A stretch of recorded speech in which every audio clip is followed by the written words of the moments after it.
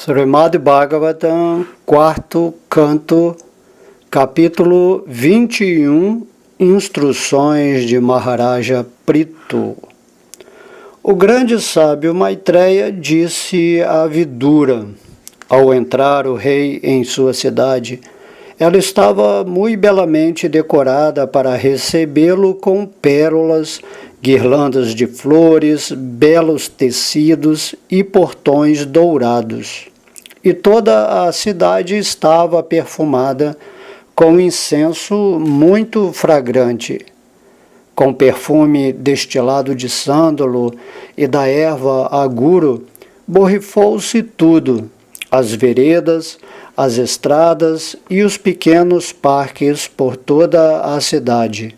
E em toda a parte havia decorações de frutas frescas, flores, cereais molhados, vários minerais e lamparinas, tudo oferecido como parafernália auspiciosa. Nos cruzamentos das ruas havia cachos de frutas e ramalhetes de flores, bem como caules de bananeiras e ramos de noz de Bétel. Todas essas decorações, dispostas em toda a parte, tornavam tudo muito atrativo. Quando o rei atravessou o portão da cidade, todos os cidadãos receberam-no com muitos artigos auspiciosos, como lamparinas, flores e iogurte. O rei também foi recebido por muitas e lindas mocinhas solteiras, cujos corpos estavam adornados com vários enfeites, especialmente com brincos que tilintavam uns contra os outros. Quando o rei entrou no palácio, búzios e tímbalos ressoaram. Sacerdotes cantaram mantras védicos e recitadores profissionais ofereceram diferentes orações. Mas, apesar de toda esta cerimônia para dar-lhe as boas-vindas, o rei não se sentiu nem um pouco orgulhoso. Tanto os cidadãos importantes quanto os cidadãos comuns deram suas sinceras boas-vindas ao rei, e ele também concedeu-lhes as bênçãos que desejavam. O rei Prithu era maior que as maiores almas e, portanto, adorável para todos. Ele realizou muitas atividades gloriosas, governando a extensão do mundo, e era sempre magnânimo. Após alcançar tão grande sucesso e uma reputação que se espalhava por todo o universo, ele finalmente obteve os pés de lótus da Suprema Personalidade de Deus. Sutta Goswami prosseguiu: Ó Shaunaka, líder dos grandes sábios, após ouvir Maitreya falar sobre as diversas atividades do rei Prithu, o rei original, que era plenamente qualificado, glorioso e amplamente louvado em todo o mundo, Vidura, o grande devoto, adorou Maitreya Rishi com muita submissão e perguntou-lhe o seguinte. Vidura disse: Meu querido Brahmana Maitreya, é muito edificante inteirar-se de que o rei Prithu foi elevado ao trono pelos grandes sábios e brahmanas. Todos os semideuses deram-lhe inúmeros presentes, e ele também expandiu sua influência ao receber força pessoalmente do Senhor Vishnu. Assim, ele desenvolveu muito a terra. Prithu Maharaj era tão grandioso em suas atividades e magnânimo em seu método de governar que todos os reis e semideuses dos vários planetas ainda seguem seus passos. Quem, então, não procurará ouvir sobre suas gloriosas atividades? desejo ouvir cada vez mais sobre Prito Maharaja, porque suas atividades são muito piedosas e auspiciosas. O grande sábio e santo Maitreya disse a Vidura: meu querido Vidura, o rei Prito viveu na região entre os dois grandes rios Ganges e Jamuna. Por ser muito opulento, parecia que estava desfrutando da fortuna a ele destinada, a fim de reduzir os resultados de suas atividades piedosas passadas. Maharaja Prito era um rei sem rival e possuía o cetro para governar todas as 7 ilhas na superfície do globo.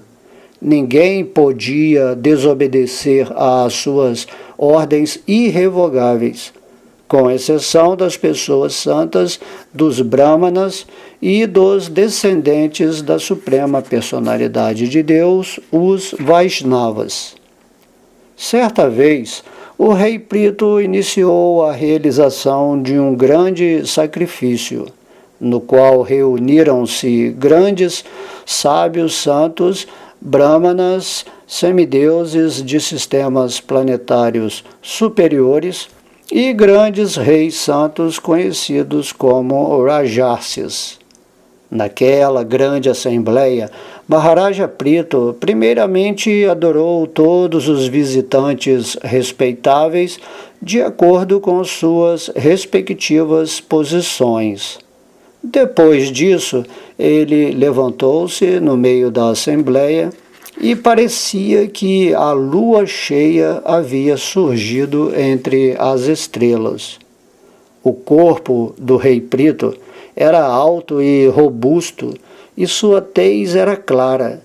Seus braços eram cheios e largos e seus olhos brilhantes como o sol nascente. Seu nariz era reto, seu rosto muito belo e sua personalidade grave. Seus dentes estavam belamente assentados em seu rosto sorridente. O peito de Maharaja Prito era muito largo, sua cintura muito grossa e seu abdômen, enrugado por dobras de pele, parecia uma folha de figueira de Bengala. Seu umbigo era anelado e profundo, suas coxas douradas e seu peito do pé arqueado. Os cabelos negros e lisos sobre a cabeça eram muito finos e cacheados, e seu pescoço, como um búzio, era decorado com linhas auspiciosas. Ele usava um dote muito valioso e um belo manto na parte superior de seu corpo. Conforme Maharaja Prito se preparava para a realização do sacrifício, ele ia deixando de lado suas roupas preciosas e por isso sua natural beleza corpórea tornou-se visível. Era muito agradável vê-lo vestindo-se com pele de veado negra e usando um anel de grama cuxa no dedo, pois isto aumentava a beleza natural de seu corpo. Parece que Maharaja Prito observou todos os princípios regulativos antes de realizar o sacrifício. Simplesmente para encorajar os membros da Assembleia e realçar o prazer deles, o rei Prito olhou para eles com olhos que pareciam estrelas num céu gotejante de orvalho. Em seguida, ele falou-lhes em voz alta. O discurso de Maharaja Prito era muito belo, rico em linguagem metafórica, muito compreensível e muito agradável de se ouvir. Todas as suas palavras eram graves e corretas. Ao falar, ele parecia expressar sua compreensão pessoal da verdade absoluta para beneficiar todos ali presentes. O rei Prito disse: Ó gentis membros da Assembleia, que toda boa fortuna vos sorria. Ó todos vós, grandes almas que viestes participar deste encontro, por favor, ouve atentamente minha oração. Alguém que seja realmente inquisitivo deve apresentar suas decisões perante uma assembleia de almas nobres. O rei Prito prosseguiu: pela graça do Senhor Supremo, fui designado como rei deste planeta e porto o cetro para governar os cidadãos, protegê-los contra todos os perigos e dar-lhes ocupação de acordo com suas respectivas posições na ordem social estabelecida pelo preceito védico. Maharaja Prito disse: creio que, cumprindo meus deveres como rei, serei capaz de atingir os objetivos desejáveis expostos pelos peritos em conhecimento védico. Este destino é de certo alcançado através do prazer da personalidade de Deus, que é o vidente de todo o destino. Qualquer rei que não ensine a seus cidadãos sobre os deveres respectivos em termos de Varna e Ashrama, mas apenas cobre impostos e taxas diversas deles, sujeita-se a sofrer pelas atividades ímpias realizadas pelos cidadãos. Além desta degradação, o rei também perde sua própria fortuna. Portanto, meus queridos cidadãos, para o bem-estar de vosso rei após sua morte, deveis executar vossos deveres adequadamente em termos de vossas posições de Varna e Ashrama, e deveis sempre pensar na suprema personalidade de Deus dentro de vossos corações. Se assim fizerdes, protegereis vossos próprios interesses e concedereis misericórdia a vosso rei no que diz respeito a seu bem-estar após a morte. Eu peço a todos os semideuses de coração puro, aos antepassados e às pessoas santas que apoiem a minha proposta, pois após a morte, o resultado de uma ação é igualmente compartilhado pelo executor, pelo ordenador e pelo aprovador. Meus queridos e respeitáveis senhores e senhoras, conforme as afirmações autorizadas do Shastra, tem que haver uma autoridade suprema que seja capaz de conceder os respectivos benefícios de nossas atividades atuais. Caso contrário, por que haveria pessoas incomumente belas e poderosas, tanto nesta vida quanto na vida após a morte? Confirmam isto não apenas as evidências dos Vedas, como também o comportamento pessoal de grandes personalidades como Manu, Utanapada, Dhruva, Priyavata e meu avô Anga, bem como muitas outras grandes personalidades e entidades vivas comuns, exemplificadas por Maharaja Prahlada e Bali, todos dos quais são teístas, crendo na existência da Suprema Personalidade de Deus que porta uma massa. Embora pessoas abomináveis como meu pai, Vena, o neto da morte personificada, sejam confusas no caminho da religião, todas as grandes personalidades, como aquelas já mencionadas, concordam que, neste mundo, o único outorgador das bênçãos de religião, desenvolvimento econômico, gozo dos sentidos, liberação ou elevação aos planetas celestiais é a suprema personalidade de Deus. Através da inclinação para servir os pés de lótus da personalidade de Deus, a humanidade sofredora pode eliminar de imediato a poeira que tem se acumulado em suas mentes durante inúmeros nascimentos.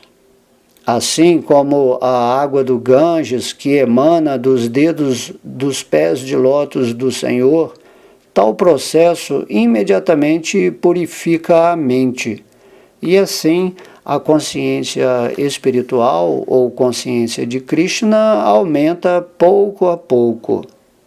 Ao se refugiar aos pés de lótus da Suprema Personalidade de Deus, o devoto limpa-se inteiramente de todo o equívoco ou especulação mental e manifesta a renúncia. Isto só é possível para quem se fortalece mediante a prática de Bhakti Yoga. Uma vez que tome o abrigo da raiz dos pés de lótus do Senhor, o devoto jamais volta a esta existência material, que é repleta das 3 espécies de misérias.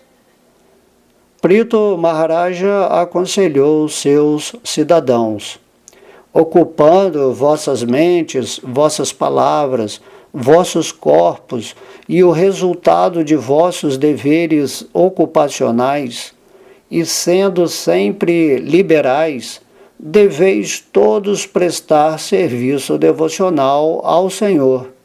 Conforme vossas habilidades e as ocupações nos quais estáis situados, podeis consagrar vosso serviço aos pés de lótus da personalidade de Deus com plena confiança e sem reservas. Então, certamente sereis exitosos na consecução do objetivo final de vossas vidas.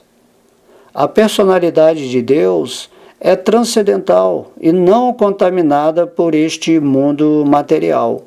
Porém, embora seja alma espiritual concentrada e sem variedade material, para o benefício da alma condicionada, ele, mesmo assim, aceita diferentes classes de sacrifícios realizados com vários elementos materiais, rituais e mantras e oferecidos aos semideuses sob diferentes nomes de acordo com os interesses e propósitos dos realizadores. A personalidade de Deus é onipenetrante, mas ele também se manifesta em diferentes classes de corpos que surgem de combinações da natureza material, do tempo, de desejos e de deveres ocupacionais. Assim, diferentes classes de consciência se desenvolvem, assim como o fogo, que é sempre basicamente o mesmo, queima de diferentes maneiras de acordo com a forma e dimensão da lenha. A Suprema Personalidade de Deus é o Senhor e o desfrutador dos resultados de todos os sacrifícios, sendo também o Mestre Espiritual Supremo. Todos vós, cidadãos sobre a face do globo, que tendes uma relação comigo e estáis adorando através de vossos deveres ocupacionais, estáis concedendo-me vossa misericórdia. Portanto, ó meus cidadãos, eu vos agradeço. Os Brahmanas e Vaishnavas são pessoalmente glorificados por seus característicos poderes de tolerância, penitência, conhecimento e educação. Em virtude de todos estes bens espirituais, os Vaishnavas são mais poderosos do que a realeza. Portanto, aconselha-se que a ordem principesca não exiba seus poderes materiais diante destas duas comunidades e evite ofendê-las. A personalidade de Deus, a antiga e eterna divindade, que é a principal entre todas as personalidades, obteve a opulência de sua sólida reputação, que purifica todo o universo, adorando os pés de lótus desses Brahmanas e Vaishnavas. A personalidade de Deus, que é eternamente independente e que existe no coração de todos, fica muito satisfeito com aqueles que seguem seus passos e se ocupam sem reservas a serviço dos descendentes de Brahmanas e Vaishnavas, pois ele é sempre muito querido pelos Brahmanas e Vaishnavas, e estes são-lhe sempre muito queridos. Prestando serviço regular aos Brahmanas e aos Vaishnavas, podemos remover a sujeira de nosso coração e assim gozar de paz suprema e liberação do apego material e ficar satisfeitos. Neste mundo, não há atividade fruitiva superior ao serviço à classe bramínica, pois isto pode dar prazer aos semideuses, para quem os muitos sacrifícios são recomendados. Embora a Suprema Personalidade de Deus, Ananta, coma por meio de sacrifícios de fogo oferecidos em nome de diferentes semideuses, ele não sente tanto prazer em comer por meio do fogo como sente ao aceitar oferendas por meio das bocas de sábios eruditos e devotos, pois, neste caso, ele jamais deixa a companhia dos devotos. Na cultura bramínica, a posição transcendental do Brahmana é mantida eternamente porque os preceitos dos Vedas são aceitos com fé, austeridade, conclusões das Escrituras, pleno controle dos sentidos e da mente e meditação. Dessa maneira, ilumina-se a verdadeira meta da vida, assim como o rosto de uma pessoa reflete-se inteiramente num espelho limpo. Ó respeitáveis personalidades aqui presentes, imploro as bênçãos de todos vós para que eu possa sempre carregar sobre minha coroa a poeira dos pés de lótus de tais Brahmanas e Vaishnavas até o fim de minha vida. Aquele que pode carregar esta poeira sobre sua cabeça alivia-se em pouco tempo de todas as reações decorrentes da vida pecaminosa e, por fim, desenvolve todas as qualidades boas e desejáveis. Qualquer pessoa que adquira as qualificações de um Brahmana, cuja única riqueza é o bom comportamento, que é grato e que se refugia em pessoas experientes, obtém toda a opulência do mundo. Portanto, desejo que a Suprema Personalidade de Deus e seus associados fiquem satisfeitos com a classe bramínica, com as vacas e comigo.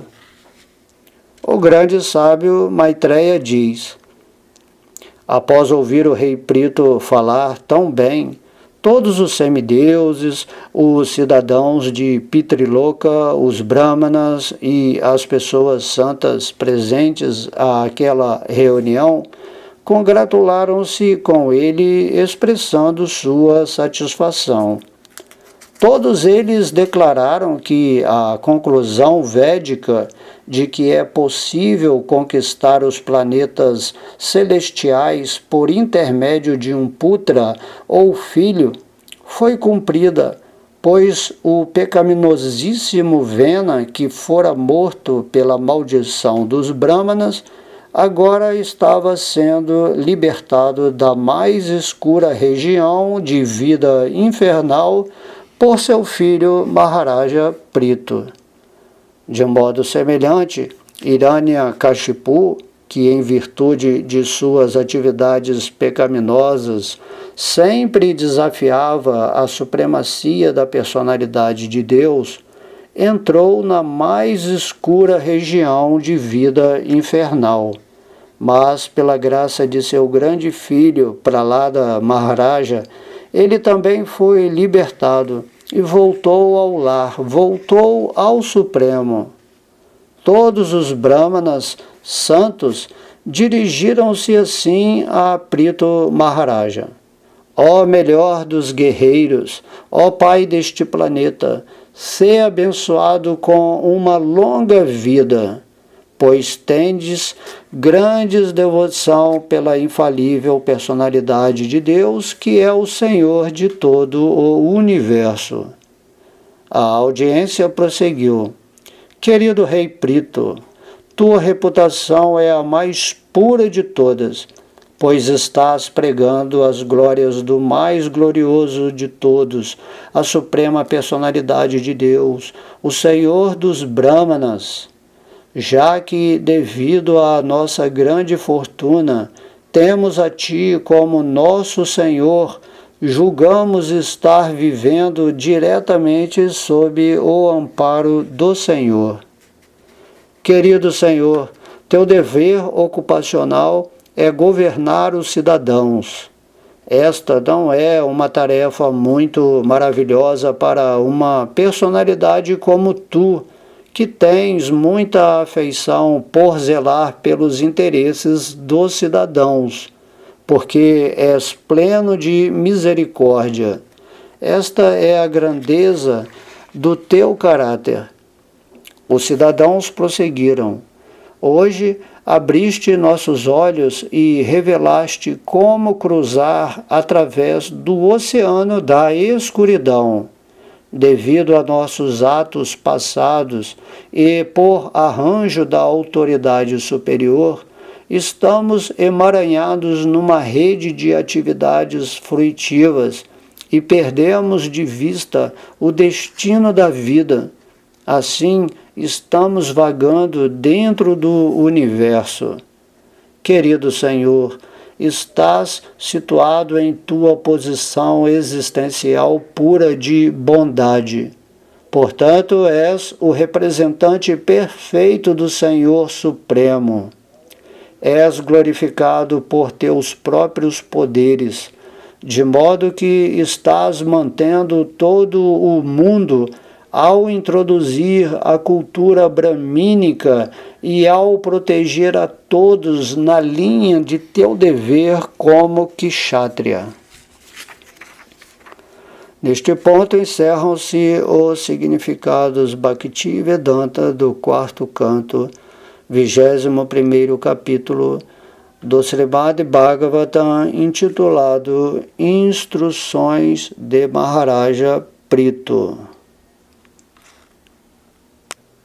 Srimad Bhagavatam, quarto canto, capítulo 22, o encontro de Prito Maharaja com os 4 Kumaras. O grande sábio Maitreya disse: enquanto os cidadãos oravam assim ao poderosíssimo rei Prito, os 4 Kumaras, que eram brilhantes como o sol, chegaram àquele local. Vendo a refulgência resplandecente dos 4 Kumaras, mestres de todo o poder místico, o rei e seus associados puderam reconhecê-los à medida que eles desciam do céu. Vendo os 4 Kumaras, Prito Maharaja ficou ansiosíssimo por recebê-los. Portanto, o rei, junto com todos os seus auxiliares, levantou-se bem apressado, tão ansiosamente como uma alma condicionada, cujos sentidos ficam imediatamente atraídos pelos modos da natureza material. Tendo os grandes sábios aceitado a recepção, conforme as instruções dos Shastras, e finalmente tomado seus assentos oferecidos pelo rei, este, influenciado pelas glórias dos sábios, prostrou-se de imediato e assim adorou os 4 Kumaras. Depois disso, o rei tomou a água em que lavara os pés de lótus dos Kumaras e borrifou-a sobre seu cabelo.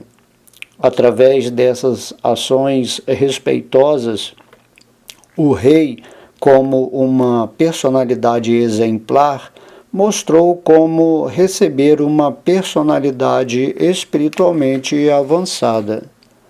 Os 4 grandes sábios eram mais velhos que o Senhor Shiva, e ao se sentarem no trono dourado, pareciam o fogo abrasador sobre um altar.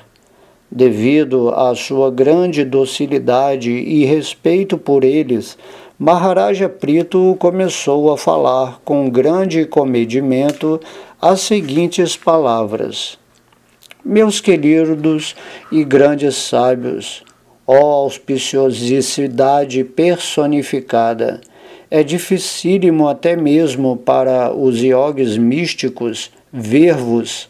Na verdade, é muito raro ver-vos.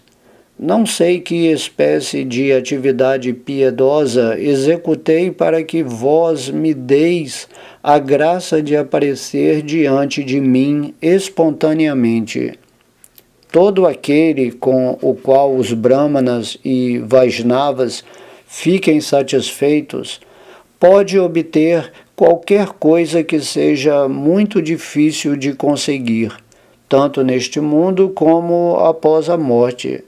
Não apenas isso, mas ele também recebe o favor do auspicioso Senhor Shiva e do Senhor Vishnu, que acompanham os Brahmanas e Vaishnavas. Prito Maharaja prosseguiu: Embora estejais viajando por todos os sistemas planetários, as pessoas não podem conhecer-vos, assim como não podem conhecer a superalma, embora ele esteja dentro do coração de todos como a testemunha de tudo. Mesmo o Senhor Brahma e o Senhor Shiva não podem entender a superalma. Uma pessoa que não é muito rica e está apegada à vida familiar torna-se gloriosíssima quando pessoas santas estão presentes em seu lar. Gloriosos são o amo e os servos que oferecem água, assentos e parafernália para a recepção aos visitantes eminentes, e o próprio lar também é glorioso. Por outro lado, muito embora repleto de toda a opulência e prosperidade material, qualquer lar de chefe de família, onde os devotos do Senhor nunca têm permissão de entrar e onde não haja água para lavar seus pés, deve ser considerado uma árvore na qual vivem todas as serpentes venenosas. Maharaja Prito deu suas boas-vindas aos 4 Kumaras, chamando-os de os melhores dos Brahmanas. Ele acolheu-os, dizendo: Desde o início de vosso nascimento, observastes estritamente os votos de celibato. E, embora sejais experientes no caminho da liberação, vos mantendes como pequenas crianças.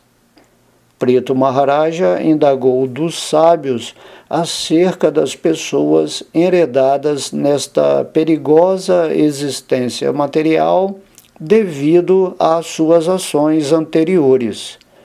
Poderiam tais pessoas, cuja única meta é o gozo dos sentidos, ser abençoadas por alguma boa fortuna? Prito Maharaja prosseguiu: meus queridos senhores, não há necessidade de perguntar sobre vossa boa ou má fortuna, porque estáis sempre absortos em bem-aventurança espiritual. A invenção mental de auspicioso e inauspicioso não existe para vós. Estou inteiramente seguro de que personalidades como vós são os únicos amigos de pessoas que estão ardendo no fogo da existência material. Portanto, pergunto-vos como neste mundo material podemos alcançar rapidamente a meta última da vida. A Suprema Personalidade de Deus está sempre ansiosa por elevar as entidades vivas que são suas partes integrantes. E para o especial benefício delas, o Senhor viaja por todo o mundo sob a forma de pessoas autorrealizadas como vós. O grande sábio Maitreya continuou: assim, Sanat Kumara, o melhor dos celibatários, após ouvir o discurso de Prito Maharaja, que era significativo, apropriado, repleto de palavras precisas e muito doce de se ouvir, sorriu com plena satisfação e começou a falar o seguinte. Sanat Kumara disse: meu querido rei Prito, fizeste muito bem em interrogar-me. Tais perguntas são benéficas para todas as entidades vivas, especialmente porque foram levantadas por ti, que vives pensando no bem dos outros. Embora saibas de tudo, fazes semelhantes perguntas porque assim se comportam as pessoas santas. Tal inteligência é digna de tua posição. Quando existe uma associação de devotos, seus colóquios, perguntas e respostas tornam-se conclusivos tanto para o orador quanto para a audiência. Assim, tal encontro é benéfico para a verdadeira felicidade de todos. Sanat Kumara prosseguiu: meu querido rei, já tens a tendência de glorificar os pés de lótus da Suprema Personalidade de Deus. Semelhante apego é muito difícil de alcançar, mas quando alguém obtém essa fé inquebrantável no Senhor, naturalmente limpa-se dos desejos luxuriosos no âmago de seu coração. Segundo a conclusão definitiva das Escrituras, após devida consideração, a meta última para o bem-estar da sociedade humana é o desapego do conceito corpóreo da vida e o crescente e inabalável apego ao Senhor Supremo, que é transcendental, estando além dos modos da natureza material. É possível aumentar o apego ao Senhor Supremo praticando serviço devocional, indagando acerca da personalidade de Deus, aplicando Bhakti Yoga na vida, adorando o Yogesvara, a personalidade de Deus, e ouvindo e cantando as glórias da Suprema Personalidade de Deus. Essas ações são piedosas por si só. Quem quer avançar na vida espiritual deve evitar a companhia de pessoas interessadas apenas em gozo dos sentidos e em fazer dinheiro. Não somente estas pessoas, mas também aqueles que se associam com tais pessoas devem ser evitados. Devemos moldar nossa vida de tal maneira que não possamos viver em paz sem beber o néctar da glorificação da personalidade de Deus, Hari. Deste modo, poderemos elevar-nos, tornando-nos adversos ao gosto de gozar dos sentidos.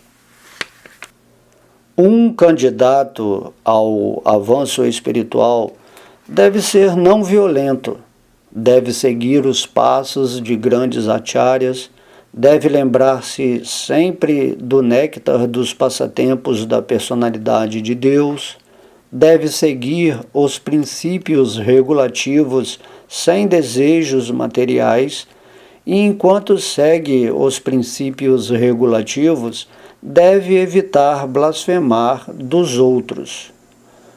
O devoto deve levar uma vida muito simples e não se deixar perturbar pela dualidade de elementos opostos. Ele deve aprender a tolerá-los. O devoto deve, aos poucos, aumentar o cultivo de serviço devocional, ouvindo constantemente as qualidades transcendentais da Suprema Personalidade de Deus. Esses passatempos são como decorações ornamentais nos ouvidos dos devotos.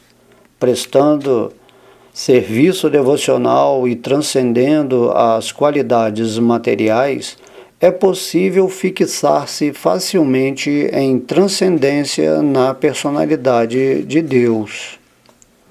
Ao tornar-se fixa em seu apego à personalidade de Deus, pela graça do mestre espiritual e pelo despertar de conhecimento e desapego, a entidade viva, situada dentro do coração do corpo, é coberta pelos 5 elementos, queima seus envolvimentos materiais exatamente como o fogo, que surge da madeira e queima a própria madeira. Quem se despoja de todos os desejos materiais e liberta-se de todas as qualidades materiais, transcende as distinções entre ações realizadas externa e internamente. Nessa altura, a diferença entre a alma e a superalma, que existia antes da autorrealização, extingue-se. Quando um sonho acaba, não há mais distinção entre o sonho e o sonhador. Quando a alma existe para o gozo dos sentidos, ela cria diferentes desejos, razão pela qual sujeita-se a designações. Porém, quando está na posição transcendental, já não se interessa por nada exceto a satisfação dos desejos do Senhor. É só devido a diferentes causas que alguém vê diferença entre ele próprio e os outros. Assim como alguém vê o reflexo de um corpo aparecendo diversamente manifestado na água, no óleo ou no espelho. Quando a mente e os sentidos de alguém são atraídos por objetos dos sentidos em busca de gozo, a mente fica agitada. Como resultado de pensar continuamente em objetos dos sentidos, sua verdadeira consciência quase se perde, assim como a água de um lago que é sugada pouco a pouco pela grama crescida em suas margens. Aquele que se desvia de sua consciência original perde a capacidade de lembrar-se de sua posição anterior, ou de reconhecer sua posição atual. Perdida a lembrança, todo o conhecimento adquirido baseia-se num alicerce falso. Quando isto acontece, os acadêmicos eruditos consideram que a alma está perdida. Não há obstáculo mais forte ao nosso interesse próprio do que pensar haver outros assuntos mais proveitosos do que nossa autorrealização. Para a sociedade humana, pensar constantemente em como ganhar dinheiro e aplicá-lo para o gozo dos sentidos provoca a destruição dos interesses de todos. Aquele que se torna desprovido do conhecimento e serviço devocional entra em espécies de vida tais como as árvores e as pedras. Aqueles que desejam fortemente cruzar o oceano da ignorância devem evitar o contato com os modos da ignorância, pois as atividades hedonistas são os maiores obstáculos à compreensão dos princípios religiosos, ao desenvolvimento econômico, ao gozo regulado dos sentidos e, finalmente, à liberação. Dentre os 4 princípios, a saber, religião, desenvolvimento econômico, gozo dos sentidos e liberação, a liberação deve ser levada muito a sério. Os outros 3 estão sujeitos a serem destruídos pela morte, a estrita lei da natureza. Aceitamos como bênçãos diferentes estados de vida superior, distinguindo-os dos estados inferiores de vida, mas devemos entender que semelhantes distinções existem apenas em relação ao intercâmbio dos modos da natureza material. Na verdade, esses estados de vida não têm existência permanente, pois todos eles serão destruídos pelo Controlador Supremo. Sanat Kumara aconselhou ao rei: portanto, meu querido rei Prito, esforça-te para entender a suprema personalidade de Deus, que vive no coração de todos, junto com a alma individual, dentro de todos, e cada um dos corpos, quer móveis, quer imóveis. As almas individuais estão totalmente cobertas pelo corpo material grosseiro e pelo corpo sutil composto de ar vital e inteligência. A personalidade de Deus manifesta-se como a raiz de todas as causas e efeitos dentro deste corpo. Porém, quem transcende a energia ilusória mediante cautelosa reflexão, a qual esclarece o equívoco de confundir uma cobra com uma corda, pode entender que o Paramatma é eternamente transcendental à criação material, estando situado em energia interna pura. Assim, o Senhor é transcendental a toda a contaminação material. É apenas a Ele que devemos render-nos. Os devotos que vivem ocupados a serviço dos dedos dos pés de lótus do Senhor podem muito facilmente superar os arraigados desejos de atividades fruitivas. Como isto é muito difícil, os não devotos, os gyanis e os yogis, embora tentem conter as ondas de gozo dos sentidos, não podem fazê-lo. Portanto, aconselho-te a que te ocupes no serviço devocional a Krishna, o filho de Vasudeva. O oceano de ignorância é muito difícil de atravessar, porque está infestado de muitos tubarões perigosos.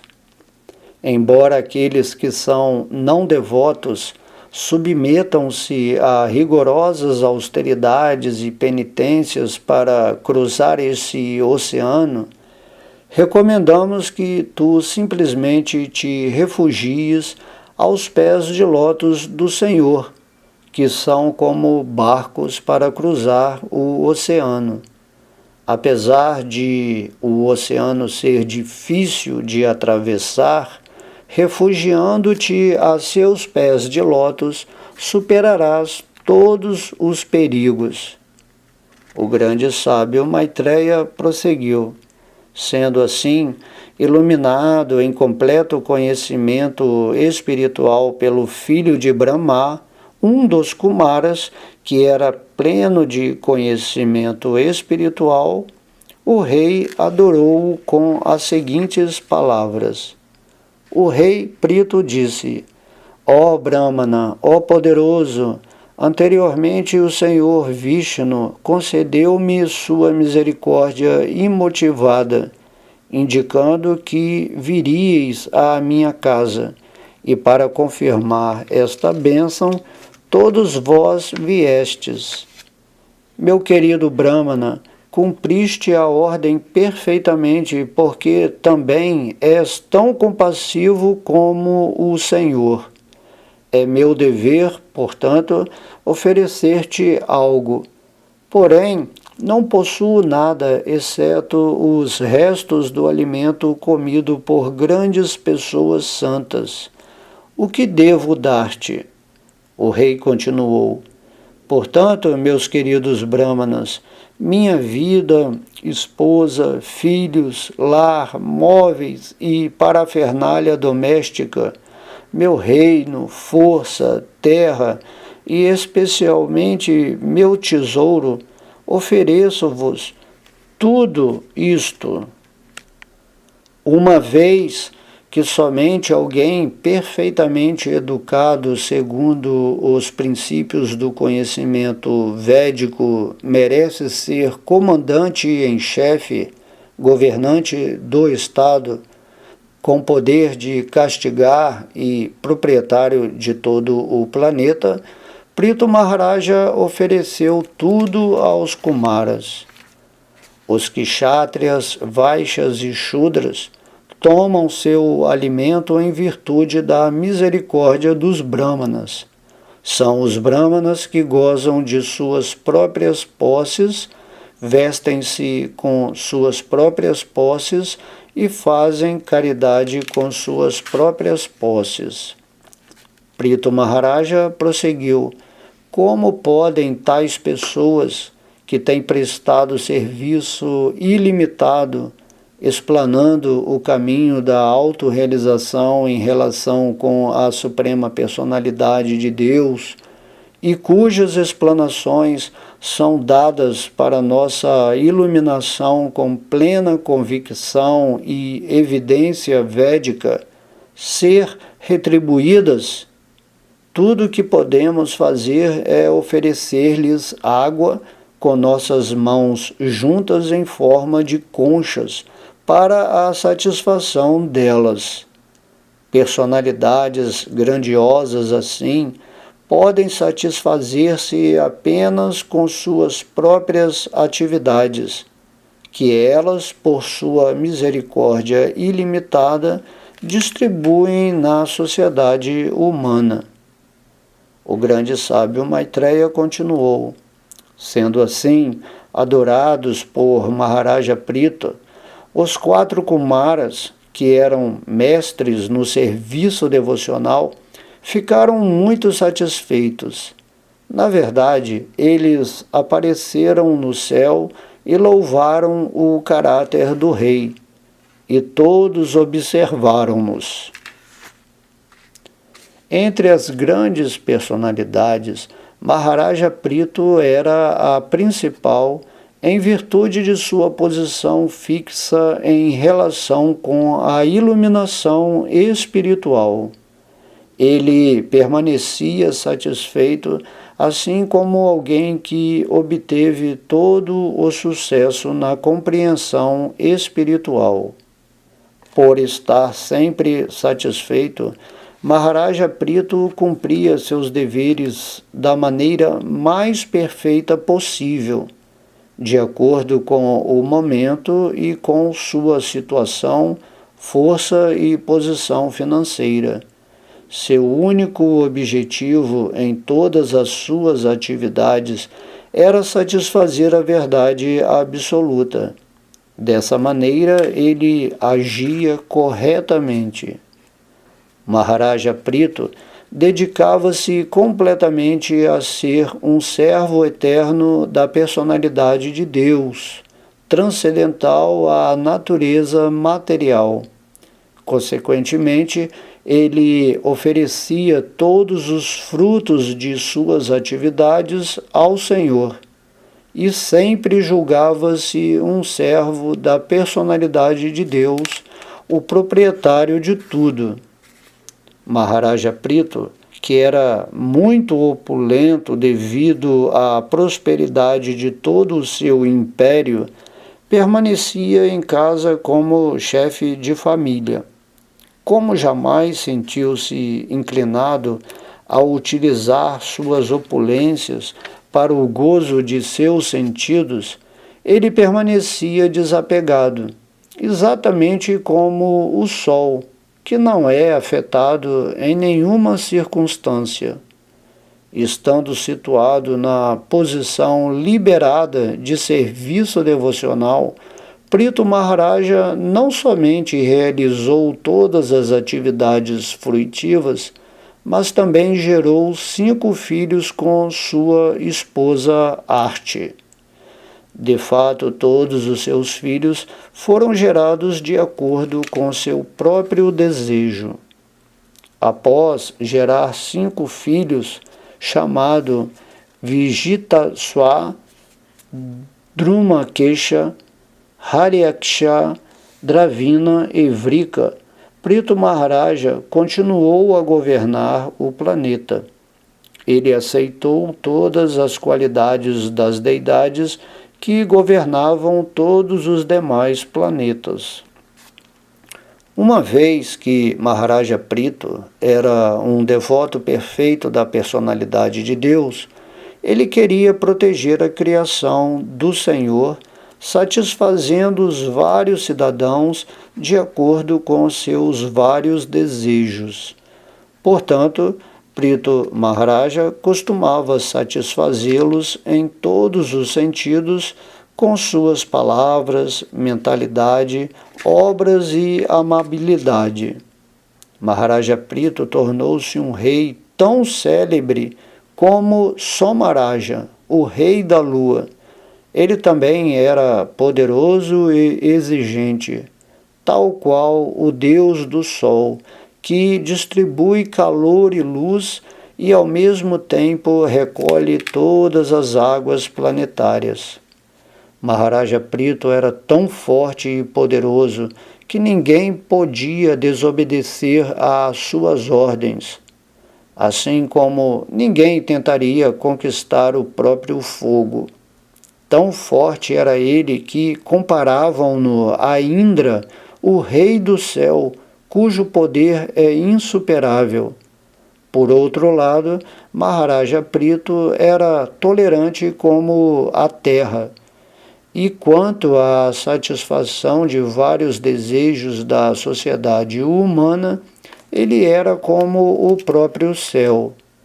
Assim como a chuva satisfaz os desejos de todos, Maharaja Prito satisfazia a todos. Ele era como o mar, cujas profundezas ninguém pode entender. E era como Meru, o rei das colinas, em sua firmeza de propósito.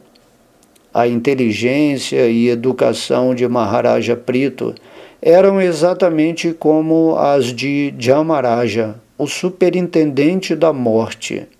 Sua opulência era comparável às montanhas dos Himalaias, onde todas as joias e metais preciosos são abundantes. Ele possuía grandes riquezas como Kuvera, o tesoureiro dos planetas celestiais, e ninguém podia revelar seus segredos, pois eles eram como os do semideus Varuna. Em sua força corpórea e na força sensorial, Maharaja Prito era forte como o vento, que pode ir a toda e qualquer parte. Quanto à sua intolerância, ele era como a toda-poderosa expansão Rudra do Senhor Shiva ou Sadashiva. Em sua beleza corpórea, ele era como Cupido, e em sua reflexão era como um leão. Em sua afeição era como Swayambhuva Manu, e na capacidade de controlar era como o Senhor Brahma. Em seu comportamento pessoal, Prito Maharaja manifestava todas as boas qualidades, e em conhecimento espiritual, ele era exatamente como Brihaspati. Em autocontrole, ele era como a própria personalidade de Deus. Quanto a seu serviço devocional, ele era um grande seguidor dos devotos apegados à proteção às vacas e à prestação de toda a classe de serviços ao mestre espiritual e aos brahmanas. Ele era perfeito em seu recato e em sua amabilidade, e quando se dedicava a alguma atividade filantrópica, agia como se estivesse trabalhando para seu próprio interesse. Em todo o universo, nos sistemas planetários superior, inferior e intermediário, a reputação de Prito Maharaja era proclamada em voz alta, e todas as senhoras e pessoas santas ouviam suas glórias, as quais eram tão doces como as glórias do Senhor Ramachandra. Neste ponto encerram-se os significados Bhaktivedanta do quarto canto, 22º capítulo do Srimad Bhagavatam, intitulado O Encontro de Prito Maharaja com os 4 Kumaras.